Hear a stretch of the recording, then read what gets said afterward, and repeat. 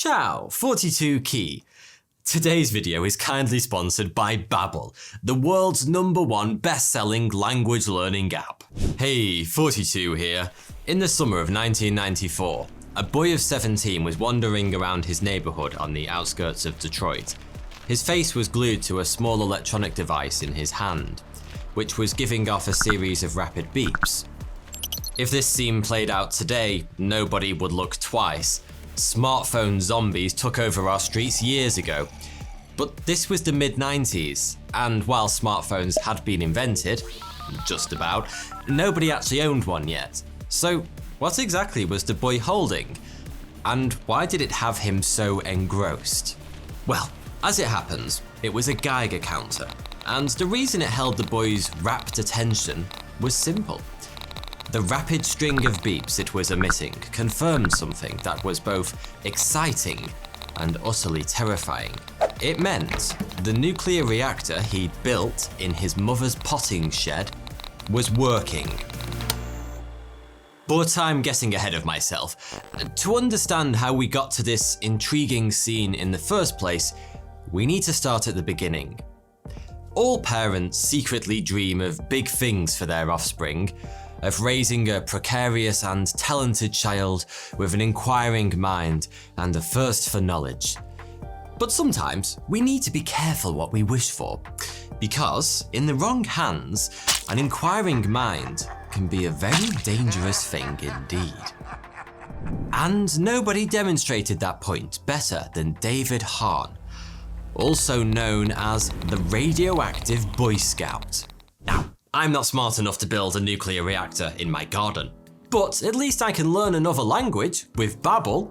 With over 10 million subscribers worldwide and content updated daily, Babbel is the top of the list for anyone who's looking to learn a new language, and it's really easy to see why. I remember once walking through a busy market in rural France, and the market stall vendors were busy shouting and having frantic conversations with one another. And I really wished I could understand just a little bit more French so I could feel a bit involved, which would have taken my holiday experience to another level. It's reasons such as this why I'm using Babbel to learn to speak French. It offers 10 to 15 minute short and fun classes that are proven to get you speaking in a new language in just 3 weeks. There's also loads of new podcasts, stories, and games to completely submerge yourself in your language of choice. Babbel is great because it works, but don't take my word for it. University studies have actually shown that just 15 hours of Babbel are equivalent to a full semester of college Spanish. So, if you're looking to become bilingual for professional or personal reasons, or you just feel like learning a new language would be a great personal achievement for you, then I would highly recommend giving Babbel a try. If you sign up to Babbel today, you can benefit from up to 65% off and learn a new language in only 3 weeks. So click the link in the description below. Check it out. Grazie.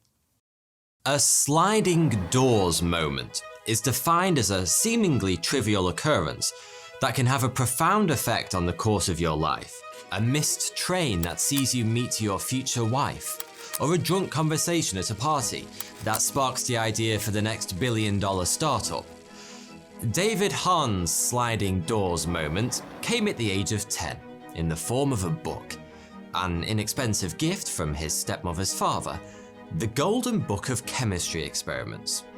It was just a science textbook for kids, nothing more, but it would go on to profoundly change David's life, and endangered the lives of some 40,000 others in the process, but I'll get to that part later. The Golden Book of Chemistry Experiments was an odd volume. It wasn't golden for a start, and whilst it was aimed at children, some of its contents were questionable. It outlines some 200 exciting science experiments that could be carried out in the comfort of your home. But when I say exciting, what I really mean is incredibly dangerous and not in the least bit suitable for kids. For example, it included an experiment that created chlorine gas. Inhale that if you'd like to know what it feels like to experience a pulmonary edema, and another that required the use of carbon tetrachloride, Use that one topically if you're keen to irrevocably damage your central nervous system. Yeah. Apparently neither health nor safety had been invented in 1960, and as soon as they were, the Golden Book of Experiments was one of the first things to be banned. It was taken out of print and removed from libraries around the US. Incidentally, thanks to its connection to this story, the textbook is quite valuable these days. You can occasionally find original copies listed on sites like eBay for upwards of $1,000. Might be worth scouring the attic if you're about the right age and were into science in your younger days. Anyway, by the time the regulators decided we probably shouldn't be encouraging young children to handle potentially lethal substances in the name of science, it was already far too late. At least for David Hahn. Because by then, he'd long since worked his way through the entire book, from back to front. And thirsty for more, chemistry knowledge that is, not carbon tetrachloride, he'd moved on to his dad's old college chemistry textbooks. By the age of 14, when most of his friends would have marveled at the eruptive force of a baking soda volcano, David had successfully brewed up a batch of nitroglycerin in his bedroom. For those of you who haven't seen Fight Club, nitroglycerin is the key explosive ingredient in dynamite. As a random little aside for you, dynamite was invented by a Swedish man called Alfred Nobel, the man for whom the Nobel Prize is named. Not all David Hahn's experiments were successful. He'd set up his base of operations in his bedroom at his father's house. His parents were divorced, and he frequently caused small explosions that left craters in the walls, reduced the furniture to splinters, and coated the carpet in corrosive chemicals. As a result, he was banished to the basement, but it soon became clear that wasn't going to cut it either, because not long after he moved to his new subterranean lair. This would all make a great origin story for a comic book supervillain, by the way. David managed to ignite a sample of red phosphorus he'd gotten hold of. The resulting explosion rattled the entire house and left David in need of hospital treatment to remove thousands of tiny shards of plastic from his eyes. But this episode earned David more than just an eye full of microscopic daggers. It also snagged him a blanket ban on any kind of scientific experimentation in the house. Not that he minded, he'd outgrown the basement anyway.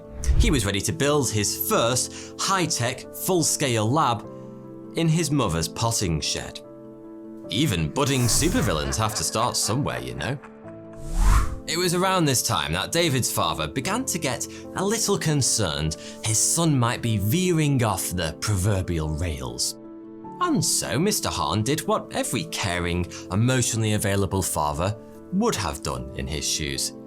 He found someone else to take care of the problem, in this case the leader of a local scout troop. Now, David was already a Boy Scout at the time, but his father wanted him to take things to the next level, to become a Boy Scout High Priest. I think the official term is Eagle Scout.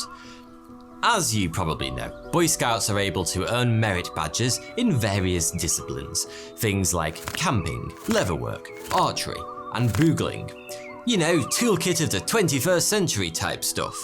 But in his pursuit of Eagle Scout status, David managed to find a merit badge that was more to his personal tastes. One in atomic energy. Yep, that really is a thing. Or at least it was until the Scouts ditched it in 2005, which was probably for the best, because the Atomic Energy Scout badge was pretty much just a nuclear energy propaganda campaign. A Scout-sponsored brainwashing program put together by a whole bunch of organizations with a vested interest in the success of nuclear energy on American soil. From the perspective of his Scout leader, David seemed to be doing a great job of securing the coveted merit badge. He'd drawn some nice little pictures representing what goes on inside a nuclear reaction, and interviewed doctors at the local hospital to learn how radioactive isotopes are used in radiology. These were good, wholesome, scouty activities, and David successfully earned his Atomic Energy Merit Badge when he was 14 years old. But over the following couple of years, David began working towards another, loftier goal. As far as David was concerned, there was only one logical next step after knocking together a pretend nuclear reactor. He was going to build a real one. After all, he was a perfectly honed atomic energy expert, and he had the Boy Scouts merit badge to prove it. But David had a problem. Actually, he had two. First, whilst he'd long since devoured the most advanced textbooks his local library could supply him with, none of them contained exactly what he was looking for: a detailed, step-by-step guide on how to build a nuclear reactor. Obviously. His second problem was equally thorny. To build a nuclear reactor, he was going to have to get his hands on some radioactive material to use as fuel. Now, to the average teenage boy, even one wielding an atomic energy merit badge, these obstacles would have proven insurmountable. But, as you've no doubt concluded already, David was no average Boy Scout. Posing as a science professor, he wrote to every nuclear energy related organisation he could think of, most of which had helpfully included their contact details in his Atomic Energy Merit Badge booklet. He fired off letters to the Department of Energy, the Nuclear Regulatory Commission, the American Nuclear Society, and the Edison Electric Institute, posing as an enthusiastic science teacher in search of extra info for his students. For all his scientific expertise, the English language wasn't David's strong suit. He was an abominable speller for starters, and yet somehow this ruse worked. And before long, he was pen pals with several leading figures in American nuclear energy, a few of whom were almost scarily happy to answer his probing questions about the ins and outs of nuclear reactors. With plenty of help from his new friends, it wasn't long before David had all the knowledge he needed to get started. All that was left to do was to find a large quantity of radioactive material. And here, remarkably, his Atomic Energy Merit Badge booklet proved extremely handy once again, detailing a whole bunch of different places a curious Boy Scout might go to in order to get himself dangerously irradiated. First on his shopping list was americium, which David learnt could be found tucked away inside your average household smoke detector. And so David set about collecting as many of them as he could. Well, stealing them mostly, but he did buy a job lot from a large supplier, claiming he needed them for a school project.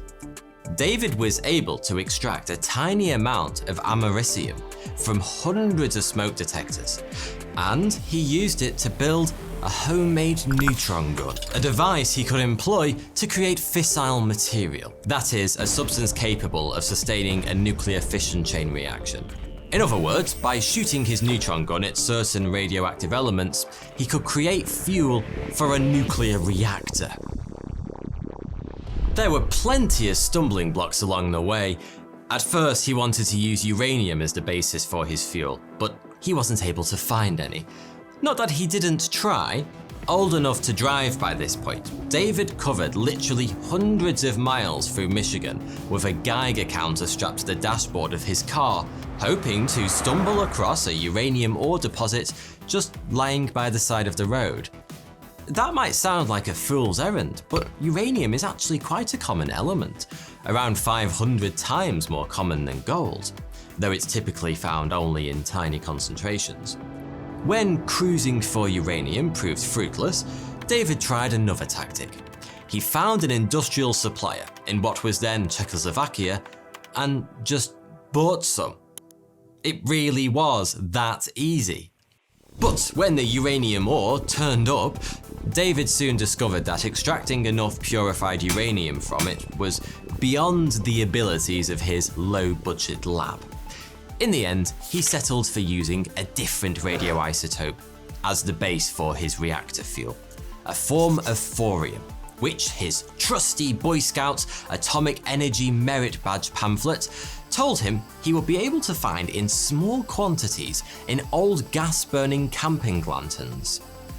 Using mostly basic household equipment, including wire cutters, batteries, tinfoil, coffee filters, and pie pans, David was able to extract a good quantity of thorium, purifying it to levels 9,000 times that found in nature.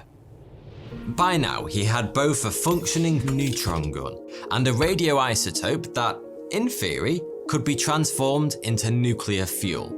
But for reasons he didn't understand, he couldn't get it to work. When he pointed his neutron gun at the purified thorium, nothing happened. Luckily, one of his new pen pals at the Nuclear Regulatory Commission was happy to be of assistance, explaining that David's neutron gun wasn't powerful enough, and that a beefier radium-powered neutron gun would surely do the job better.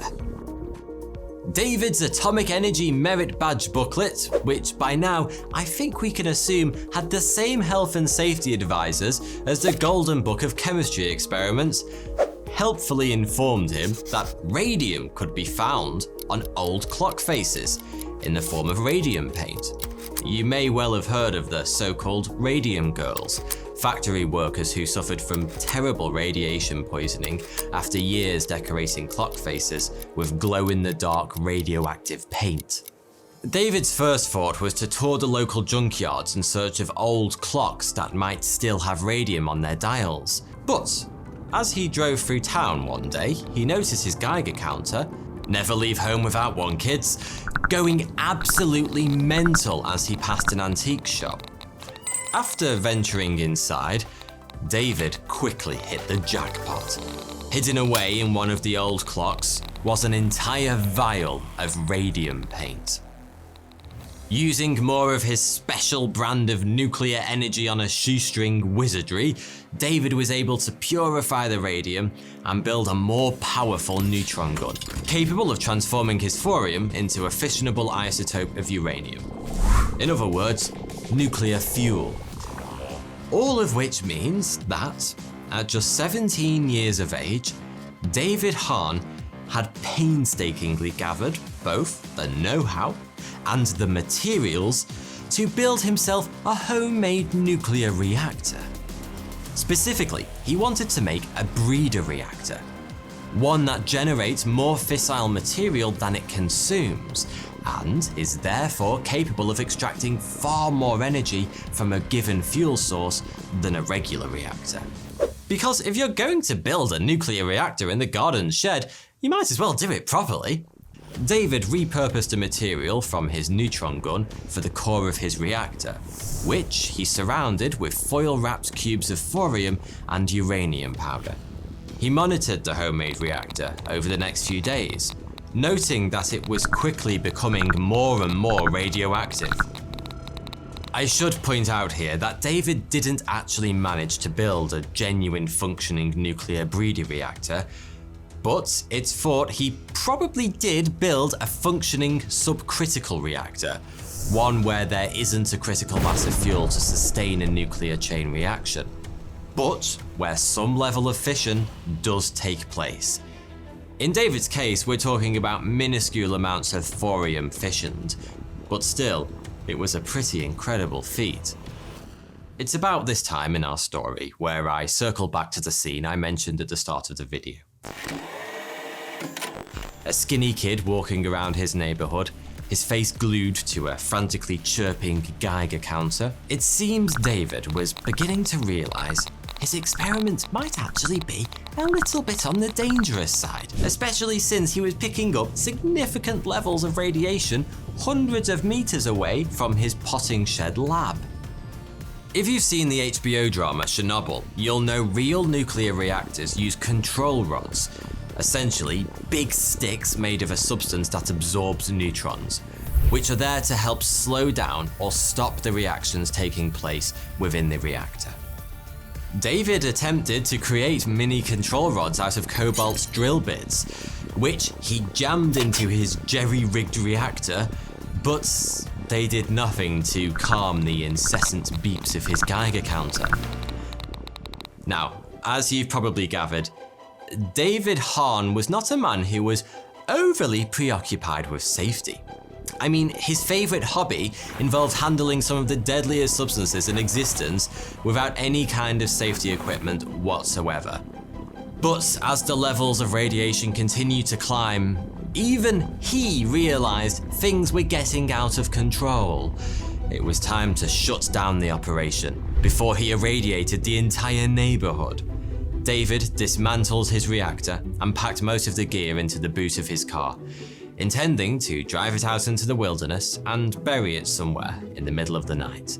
If he'd been successful, the world might never have learned about this utterly mad story. Instead, David managed to look so shifty whilst attempting to dispose of his dirty little secret in the wee hours of the morning that someone called the police. Which is how it came to be that shortly afterwards, a couple of officers opened up David's boot to find it packed full of all sorts of strange objects. Foil-wrapped powders, a toolbox sealed with duct tape, and beakers brimming with strange liquids. It all looked pretty suspicious, but not necessarily outright dangerous. That is, until David politely asked the officers not to touch anything since it was all highly radioactive.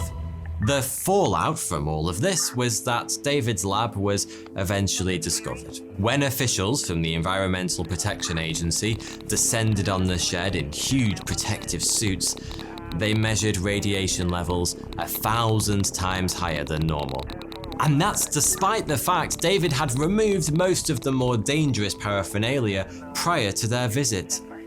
To make matters even worse, David's mum, worried she and her son were about to be in some seriously hot, not to mention radioactive, water, had chucked most of the stuff David had left behind into the bin, leaving some monumentally unlucky bin man to take it away to the local dump, spreading the radiation further still. It's difficult to put a number on just how many people might have been impacted by David's reckless actions, but the EPA had a go, estimating that some 40,000 people were at serious risk from elevated levels of radiation. By the way, as a lovely insight into just how slow government organisations often move, even in the gravest of circumstances, it took the EPA around a year to actually start cleaning up the site, despite their own report stating it presented an imminent and substantial endangerment to public health. Whilst it's easy to listen to this story and marvel at just how irresponsible David was, and he really was, don't get me wrong, there's no denying he showed incredible curiosity, resourcefulness, ingenuity, and intelligence in the building of his reactor, alongside a dangerously high dose of stupidity, naivety, and radiation, obviously. Speaking of radiation, David was offered a full medical examination to investigate just how much damage he'd done to himself by pissing around with highly radioactive substances for most of his teens. But he turned it down. By his own estimations, he'd only chopped 5 years off his life, though you have to wonder whether he avoided the examination because he was afraid to know the truth. As it happens, he would be dead at 39. The radiation poisoning had nothing to do with it. After suffering from a string of mental health issues, David died in 2016 from accidental intoxication after swallowing a cocktail of alcohol, fentanyl, and allergy medication. His life had never been quite the same after the government shut down his lab in 1995, and his world had been rocked even further when his mother committed suicide the following year. David eventually joined the Navy, and funnily enough ended up working on a nuclear sub, but it turned out to be more of a case of cruel irony than nuclear heaven, since his lowly rank meant he wasn't allowed anywhere near the technology that so enthralled him. He was eventually discharged on medical grounds. David's obsession with atomic energy never went away. He was investigated by the FBI in 2007 on suspicion of attempting to build a second nuclear reactor. And he was eventually charged with stealing yet more smoke detectors. We all know what he wanted to do with those. In his mugshot after the arrests, his face was covered in sores, most likely from prolonged exposure to radiation. It's difficult to know what David might have achieved had he been given the tools to explore his talent in a more controlled environment. Perhaps he still would have found ways to push the boundaries too far, disregarding his own safety and that of others in his pursuit of atomic obsession. Or perhaps he would have gone on to become a scientist of great renown, contributing to breakthroughs for the betterment of society. Sadly, we'll never know.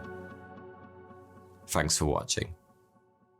Check out my new podcast, Random Interesting Facts, available on YouTube, Spotify, Apple Podcasts, and anywhere else you get your podcasts. Link in the description below. Thanks.